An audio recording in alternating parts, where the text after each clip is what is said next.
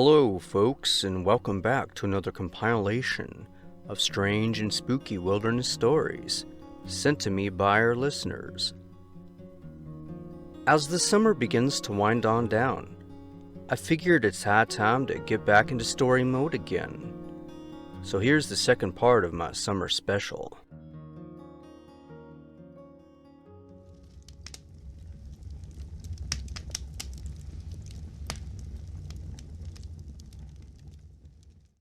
Story 1. Dear Rusty, I have been wanting to share my experience since about 2017.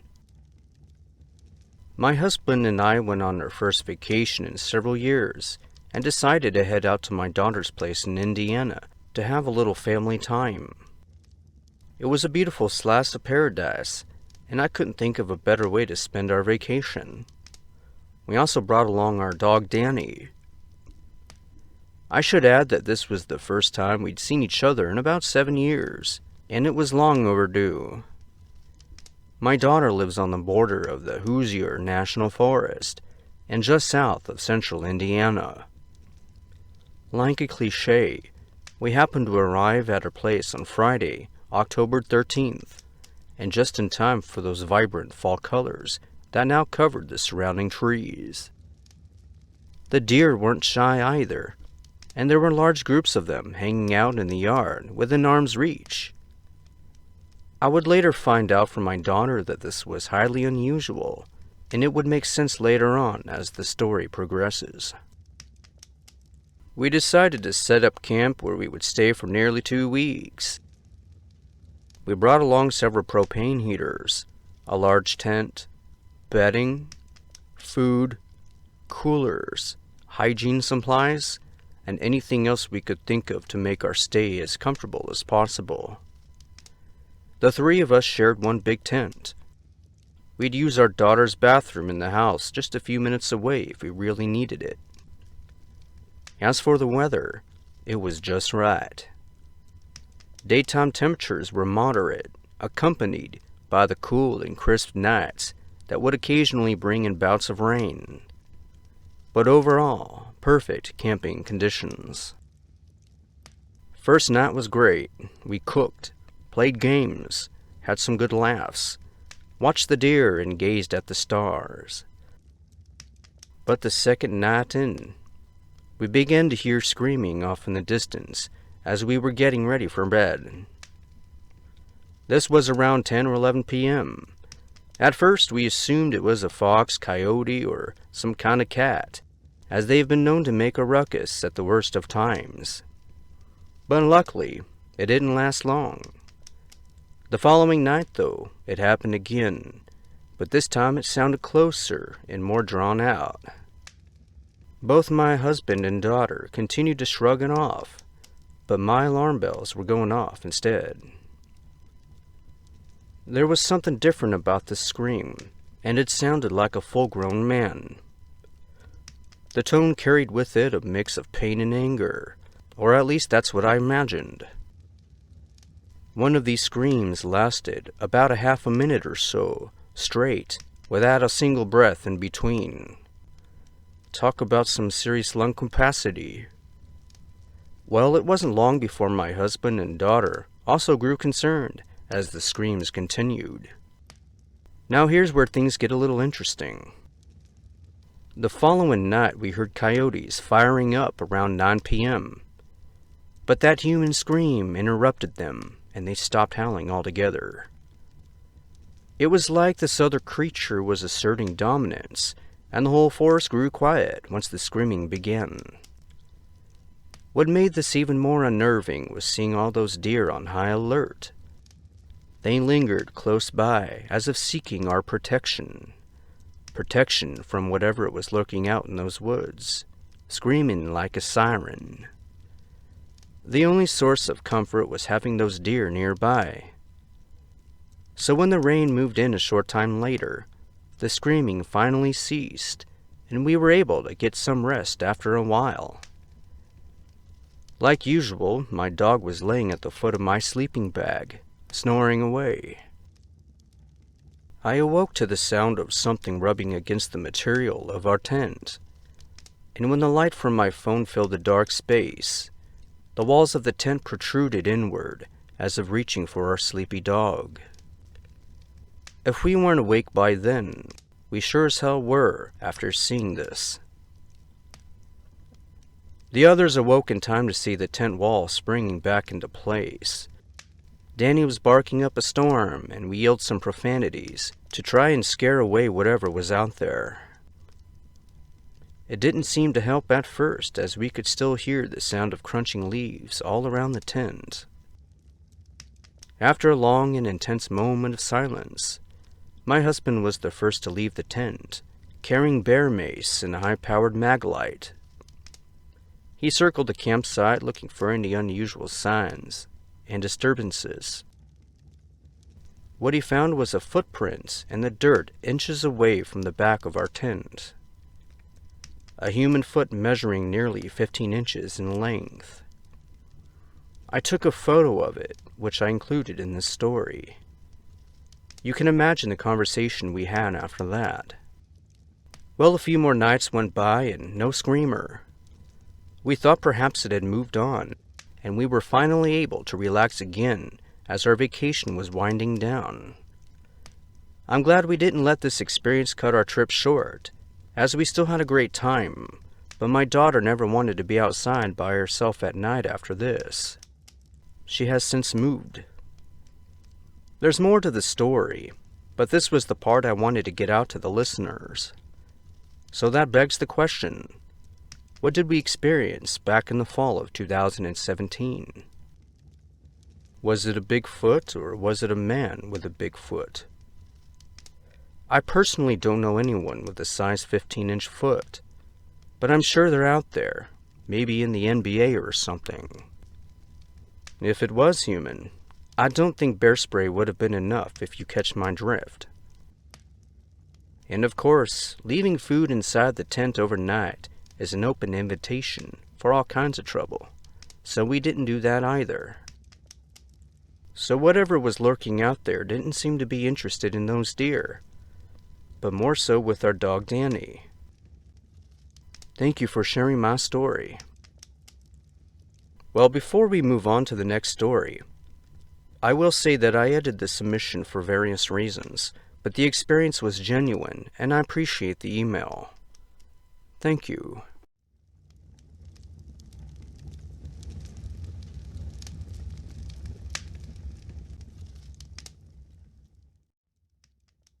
Story 2. Hello, Rusty. This story took place in the summer of 1988, when I was just 8 years old. I know you're probably thinking it's just some 8-year-old child with an active imagination. Well, you gotta remember that when we're at that age, we also tend to absorb things like a sponge, including those unnerving experiences that are forever tattooed in our memories. We lived in a quiet neighborhood in a small town of Massachusetts. The kind of town where everybody knows each other, and us kids would play outside and in the woods that surrounded the neighborhood. We'd play all day into the evening during those hot summer months. My father and brother, who was 10 at the time, went out one night to grab some snacks from the nearby neighborhood store. At this point, it was approaching evening, and the sunset began to disappear below the horizon. They returned a short time later. As they pulled up and were getting ready to exit the car, my dad saw something that made him tell my brother not to open the door. "Lock the door, son," my dad said in a tone my brother never heard before. He described it as stone-cold serious, and the look on his face told him everything. He was never one to play pranks or jokes on folks. It just wasn't his style. So here's what they saw on that warm summer evening. As they pulled up into the driveway, the car's headlight caught something darting around the side of the house. They both described seeing a gray-skinned, hairless human-like thing that ran bipedal at first, but as it reached the edge of the woodline, it lowered itself onto all fours and leaped into the darkness. Again, it was pale in color, had long, bony thin legs and arms. Now, before this thing ran off, it actually shot a glance back at us. The human-like face had eyes that reflected in the headlights like an animal. My brother and Dad were glued to their seats for a solid 10 minutes or so before they had the nerve to get out and race into the house. Well, years went by, and it was around 2007 or so. I was back visiting my dad at his house, and my brother and friend were also visiting. Somehow the subject of the strange creature popped up in a conversation when my friend suddenly interrupted with his own encounter. Apparently, he had seen the same exact thing back in 1988, but this time, he actually saw it clear a 6-foot fence at tremendous speeds and with little to no effort. Well, my curiosities led me to do a cryptid search online, and I discovered something that kind of matches the description of what they saw. And when I showed them various conceptual images of the creature, well, their jaws dropped. The closest thing I could find was a mythical creature called a loper, and it's something that many people have described witnessing. Now, it's hard to distinguish fact from fiction here. Anyway, my dad still lives in this same house and we occasionally talk about it. Even after all this time, he still half expects to see that thing darting around the side of the house when he pulls into the driveway. I thought I'd share this with you. Thank you, Rusty. Carrie D.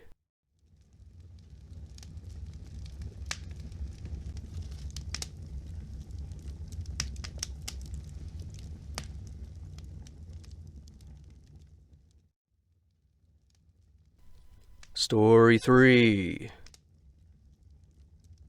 Hi, Rusty. Big fan, long-time listener. Here's an experience that happened to me in the summer of 2016, when I was on a solo day hike in the Roosevelt National Forest of Colorado. It was in an area I was unfamiliar with, but I did my homework and planned a route that would take me up 2 separate peaks and around a handful of small backcountry lakes. Being an experienced backcountry hiker, I was traveling using a map, compass, and instinct alone. To my knowledge, there were no man-made trails out this far. Well, the day went smoothly, but I ended up running out of daylight on the last portion of the hike. At the time, I saw this as being more of an inconvenience than anything else, as I had things to do the next morning. So I made the decision to hunker down for the night, rather than taking my chances of getting lost in the dark. I circled the last body of water before returning to the abandoned mining road that I'd parked on. There, I found a sweet spot near a dead tree on the shore of the small lake. I built a small fire and ate the last of my day's rations.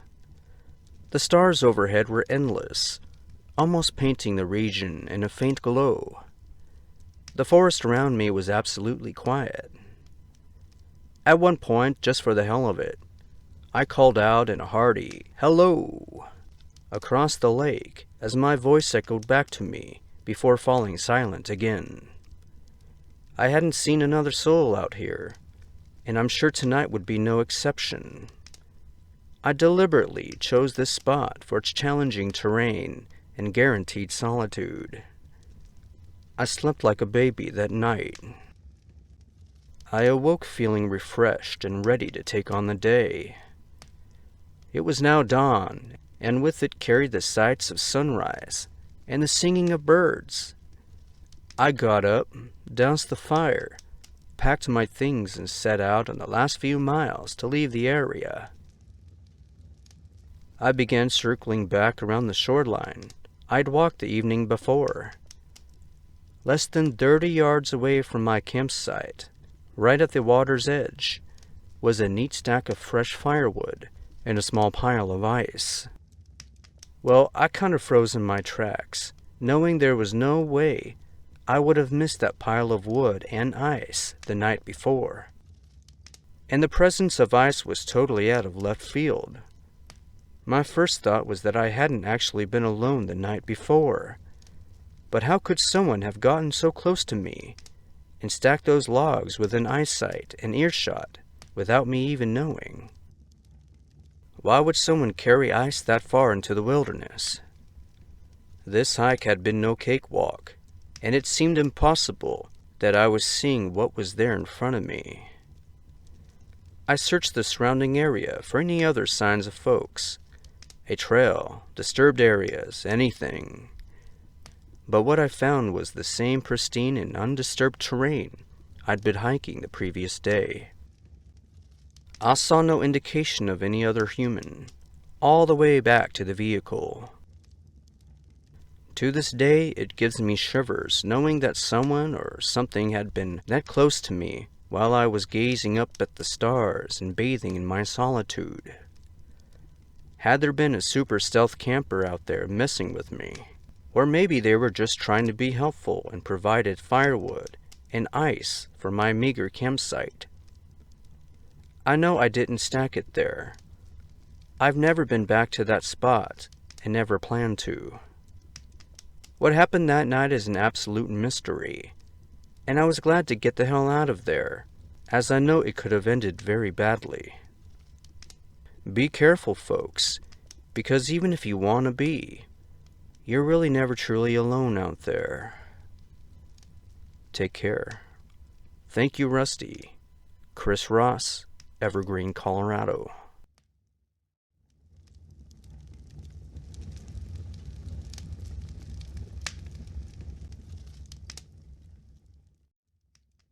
Story 4. Hi, Rusty. Thank you for listening to my story. I would like to tell you and your listeners about a strange experience I had while hunting the Trinity Alps wilderness in Northern California. It's an experience that my dad and I will not forget. It began on Thursday, September 13th, 2012. My dad, a friend of mine, and I sat out on a yearly opening weekend deer hunting trip inside the Trinity Alps wilderness. My dad and I have been going to this spot since I was 8 years old, or for the past 20 years at that point. For the friend who joined us, this was his second trip. This particular area had been a family hunting tradition for generations, and we were more than eager to go every season. We kicked off our trip about 9 p.m. that night to avoid those hot daytime temperatures on the trail. We hiked in for miles and finally set up camp late Friday morning. We popped up our tents, crawled inside, and got some much-needed rest. After waking up later in the day, we cleaned up and continued setting up camp where we would spend the next 3 days. Our Saturday morning began at 3 a.m. with the sound of our alarm clock going off. We woke up, made a campfire breakfast, prepared our equipment, and set out on the trail, headed for the very ridge we'd start hunting from. We reached the summit, dropped anchor, and waited until the sun began to rise over the ridge, so we could start glassing for trophy blacktail buck. The morning revealed a beaming blue sky and warm temperatures. And sure enough, around 9:30 a.m., we spotted our first buck. We agreed to let my friend have at it first. After applying ear protection, he studied the scope and his finger weighed heavy on the trigger. He fired several shots, but missed every one of them. My dad and I teased him a bit, and we all had a good laugh. But this is where things took a turn. My dad and I had our eyes in the spotting scopes, and I heard what sounded like a man yelling. Now, I am familiar as to what mountain lions sound like when they scream, and even what a deer sounds like while it's being eaten alive by a bear. But what we heard was none of those things. The longer I listened to the scream, the more it made my heart start to race. The best way I can describe the scream was that if a man was being eaten. If it was a man, we were obligated to help the guy out. We have to go look for him, my dad stated. We looked down the long eastern ridge to the right of us and down toward the bottom, where the source of it seemed to come from. The screaming went on for approximately 10 to 15 seconds and then stopped. My friend, with his ear protection still on, looked over at us and asked, "Where did the deer go?" We immediately told him to be quiet. He removed his hearing protection before joining us. Apparently, he had not heard the screaming, but we told him about it. The three of us sat on that ridge scanning the landscape, eyes peeled and no chatter. After that, nothing. Well, later that day we ran into another group of hikers nearby who confirmed hearing those same screams. They agreed it also sounded human and attempted to look for the source as well, with no luck. They also mentioned they hadn't seen any deer in the area, and that whatever was causing the ruckus probably scared every living creature within a 50-mile radius. Well, after that little fiasco, we headed back to camp in time for sunset. We sat mostly in silence, eating our dinner before heading to bed. We all knew what the other was thinking. It was those thoughts that kept my dad and I up most of the night. You could say our friend was lucky enough not to have heard such a thing. Well, a couple of days later, we were setting out for the final hunt of our trip. This time, though, we followed the ridge out toward the west until the ridge ended. It was there we saw something very strange. There was a one-man tent, awkwardly sitting at the very top of a sharp and jagged ridge. I asked myself, who in their right mind would set up camp on such a dangerous and uncomfortable location? It was also exposed to the elements as well. Just a weird place to set up camp. And last I knew, no one had come up here from the main trail, because they most certainly would have had to pass us on the way up. At this point, all I could think about was the screaming we had heard the first day, and now this strange sight. Two things I have never heard or seen in my entire 20 years of hunting back here. The same with my dad. Well, we had to navigate around the tent to continue, so we called out and announced our presence. There was no reply. Initially, we were going to investigate the campsite, but it was risky and didn't want any part of it. As we made our way down, we felt the creepy feeling of being watched as we continued to look back at the thing. The tent eventually disappeared the further on we went. We eventually returned to our campsite and began packing up, but the whole way back that feeling never left us. We notified the sheriff's office too, but they chalked it up as wild animals making noises. As for the tent, they didn't really have an explanation for it. No surprise there, and I hope they're right. I hope it was just animals making noises, but I knew it probably wasn't. We threw out some ideas that could explain what we experienced. Perhaps there was a homeless person or wild man living up there trying to scare everyone away. Could explain those screams and the weird tent setup. People say and do weird stuff all the time when they don't want to be bothered. Why would anyone risk being shot at for behaving like this? It's not a good idea to harass hunters. And like I said, people do weird stuff that don't make a whole lot of sense to you and I, but may to them. I appreciate you sharing my experience. Thank you, Alan.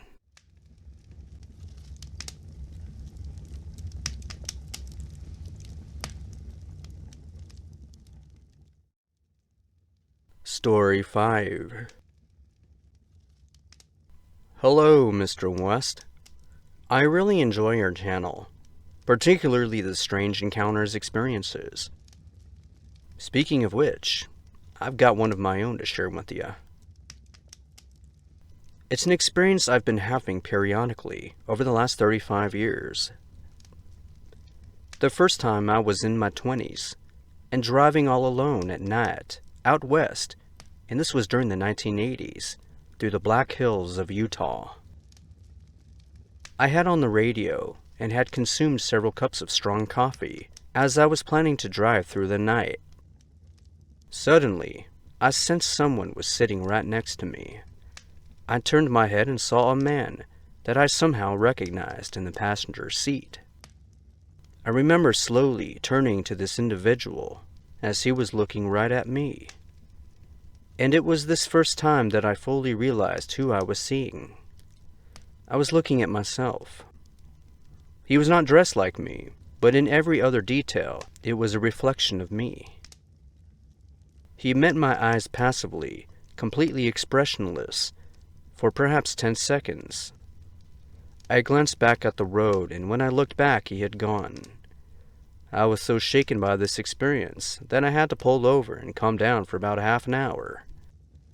I couldn't make sense of it. Well, it happened, and life moved on.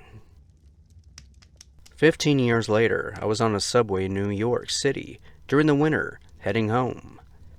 Another train was parked in the station, traveling on the same line, but in the opposite direction, and a man was seated by his window, directly opposite to me.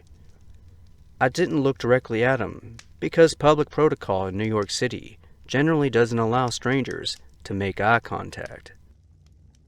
I first noticed his green hat, which was identical to the one I had once owned, but somehow had lost years ago. As I looked at his face, I saw that I was again looking directly into the eyes of a separate individual, but my exact twin.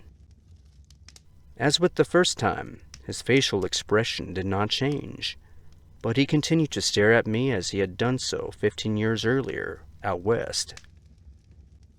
The train began to pull away from the station, yet his eyes never left mine. In the past 10 years that I've lived in New York City, I have often surveyed crowds and trains in particular, but I never saw him again there. My most recent experience was just last year. I am now in my 50s, living in a very remote area of the northeastern kingdom of Vermont. It was a beautiful early autumn morning, and I decided to take my dog on a short trail that I've never hiked before. It's a local destination called Shivers Falls. As I made my way along, I became aware that someone was walking about 30 yards away at a distant parallel to the trail, keeping pace with myself. I called out as we do in rural New England. I was concerned they may be a hunter, and could mistake my dog for a wild animal. He did not answer my calls, but would stop when I stopped, and then continue as I continued. I could not get a clear look at him, because he was passing among trees, and was too far for me to see him in detail. He was wearing a red checkered mackinaw, something that struck me as quite heavy for the balmy weather. I was a bit concerned by his silence, but thought perhaps he was irritated because I had interrupted his hunting trip, or an adjacent private property owner, or perhaps he was just deaf. Maybe all three. In any case, his odd behavior had taken all my desire of finishing my hike out of my mind, and I quickly decided to turn around without reaching the falls and head back to my truck. I called my dog and she came to me immediately. As we were heading back down the trail to the parking area, she suddenly stopped and began staring at a stand of pine trees that was about 10 yards off to our left. As I followed her gaze, I saw the man in the red mackinaw, standing still, staring at me. For the first time that day, he was close enough for me to see him clearly. It was me again. I've never owned a jacket like the one he was wearing, but there was no mistake who he was. He stared just passively at me as he had done on the other 2 occasions. Yet in his eyes I realized something I hadn't sensed the previous 2 times, that he wanted to see me. It was very unnerving. My dog began to advance cautiously toward him. She hesitated a moment but came to my side, clearly on edge, but almost confused by having 2 of us. I broke our gaze and quickly made my exit. My hands were shaking so hard by the time I reached my truck, I could barely get my keys out of the pocket and into the ignition. I have not returned to Cheever Falls, nor have I encountered my quote-unquote twin since. I think what made my final encounter the most profound was that my dog saw him too. This was the first time any other being had witnessed what I was seeing. This had validated that I was not going crazy and that she had seen what I had saw. These 3 encounters were so odd that I documented them exactly when they happened. I have never met anyone having a similar experience, but as I have researched it in books and on the internet, I have learned that doppelgangers are an actual phenomenon. In any case, I wanted to let you know I enjoy your channel, and I appreciate your stories. Thank you for sharing my story. Sam Harris.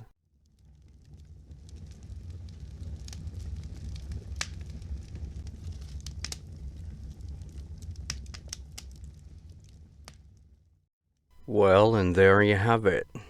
Just a few more strange and spooky wilderness stories to end the summer with.